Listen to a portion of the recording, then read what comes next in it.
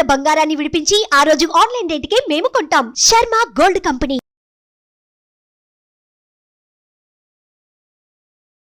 నమస్కారం, welcome to Suman TV. నేను గీతాంజలి. ప్రస్తుతం మనతో పాటు ఒక ముఖ్య అతిథి ఉన్నారండి. వారు శ్రీ విద్యాపీఠం వ్యవస్థాపకులు, అలాగే గత 45 సంవత్సరాలుగా శ్రీ విద్యా ఉపాసనతో ఎంతో మందికి మంత్రోపదేశం చేసినటువంటి శ్రీ గురు కరుణామయ్య గారు మనతో పాటు ఉన్నారు. వారితో మాట్లాడదాం, మరిన్ని అమూల్యమైన విషయాలు తెలుసుకుందాం. గురుగారు నమస్కారం అండి.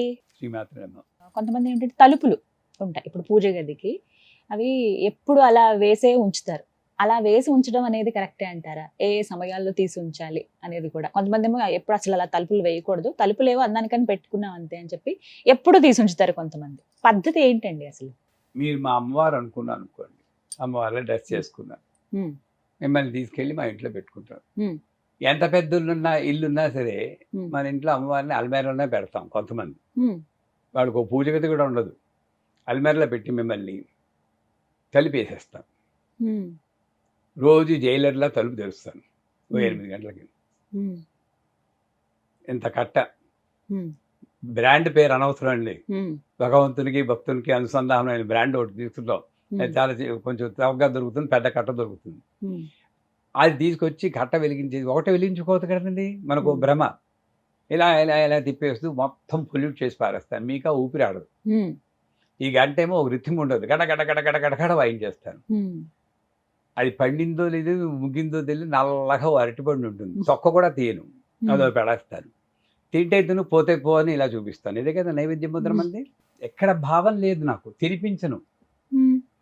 అయిపోయింది, అమ్మయ్య పెద్ద పూజ చేసేది, తలిపేసేస్తాను. మళ్ళీ ఎవడు చూడకూడదు కదా మిమ్మల్ని, పవర్ అంతా పోతుంది. నేను మీ ముందే కూర్చుని నాకు గంటల కోసం చిన్న కణాలు పొడుస్తాను ఆ తలుపుకి. మీ ముందే కూర్చుని ఒక టేబుల్ వేసుకుని వెజిటబుల్ మంచూరియా బిర్యానీలు తింటూ ఉంటాను. మీకు ఎలా ఉంటుందని నన్ను చూస్తే అసలు చెప్పండి, కోపం రాదా? చాలా అదే వస్తుంది అమ్మవారికి అక్కడ.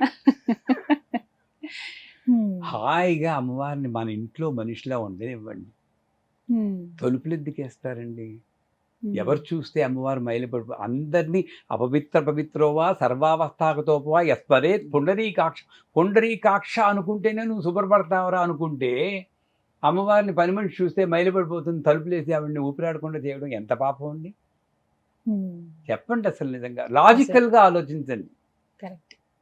ఇవి తప్పులు మనం చేయకుండా ఉంటే ఈ కలియుగంలో కూడా మనం అమ్మవారి అనుభవాన్ని పొందొచ్చండి. నేను పొందాను, మీరు పొందుతారు. ఈ తప్పులు చేయ, అమ్మ అక్కడ ఉంది, నిజంగా ప్రాణంతో ఉంది. ఇంకోటి ఏంటంటే, అసలు నైవేద్యం అనేది పూజలోనే పెట్టాలని ఎవడని నియమం పెట్టారండి? అంటే ఒకరోజైనా ఒక్క పూటేనంటే ఆవిడకి తిండి. కానీ అందరూ అలాగే. మనం దోశ వేసుకున్నాం అనుకోండి, మొక్కది అమ్మ దోశ వేసుకున్నాను తినవే అని తినిపించలేరా? ఉన్నది మనిషి, అక్కడ జీవం ఉంది అనుకుంటే ఉండే ప్రతి పదార్థము అక్కడ పెట్టగలిగారు. అమ్మవారికి వెళ్ళక్కర్లేదు, అక్కడ ఒంటింట్లో ఉండే అమ్మా అని ఒకసారి ఆవిడకి నైవేద్యం పెట్టు, మంత్రం కూడా చెప్పక్కర్లేదమ్మా.